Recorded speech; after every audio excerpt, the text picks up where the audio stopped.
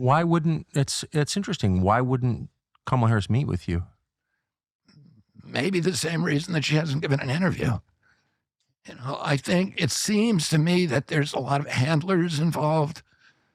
And even when you talk to Democrats about, do you really think it's a good idea to be electing somebody who cannot give an interview? They say, well, you're not electing her, you're electing the people around her. You're electing the apparatus. And the apparatus, but the apparatus, I don't have any faith in. It's an apparatus run that are neocons like Anthony Blinken and who are, running us right up into a World War III. And there are people who masterminded the censorship from inside the White House. That's the apparatus that they want to reelect. And to me, that's an apparatus that has no appeal. These are the people who are censoring me. These are the people who try to throw me out of the party, who canceled the primaries. That's the apparatus. If it was a Democrat who said, I can think on my own, I understand what this country's supposed to look like, I understand what democracy is supposed to look like, then I think that's great. Let's do that. But it's strange from her perspective. First of all, electing an apparatus is not how democracy works. That's an oligarchy, just in point of fact. But as a political calculation, your presence in the race running third party hurt Trump. No one disputes that. The polling's really clear on that.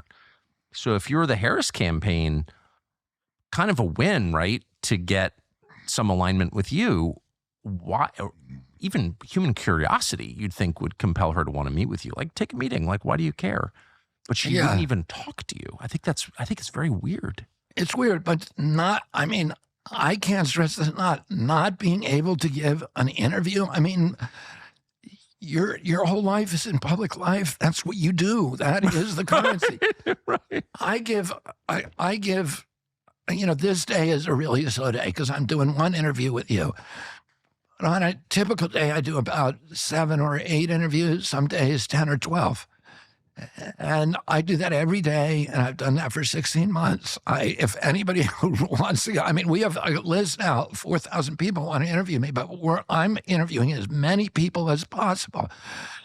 So I want to get my voice out, my vision out, my concerns out. And it's incomprehensible to me that you would be in public life. And President Trump does the same thing. He's not scared of an interview. No, he likes it. Theo Vaughn. Yeah. He's done you. He does anybody. He does people who don't agree with him. He's not censoring you. No. He's doing, he's talking to reporters who write crappy articles about him all the time. From New York Magazine. Maggie Haberman at the New York Times. Maggie Haberman has never written a nice word about Donald Trump, and he talks to her how often? A lot. Yeah, a lot. Yeah. So, my Uncle Teddy, who was exactly opposite of Ronald Reagan, ideologically, and he ran against Carter. Yeah. That he did. And Carter and he had an antipathy toward each other that was almost, like nothing I'd ever seen. Teddy didn't hate people, but he really, I would say, loathed Carter. He had complete disdain for him. And he liked Reagan. And because I was more ideologically aligned at that point, I'd say to him, why do you like Reagan? And he said, because even though I don't agree with anything he said, he was able to invigorate our country. He was able to inspire people. He got people excited about his vision and proud to be Americans.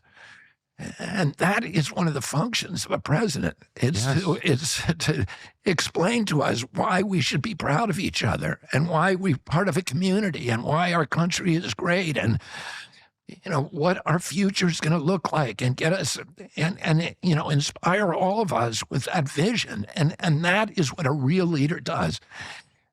How in the world can you do that if you cannot give an interview to a news organ. To a friendly news organization. To a friendly news. Yeah. They can't even do a setup interview in 40 days.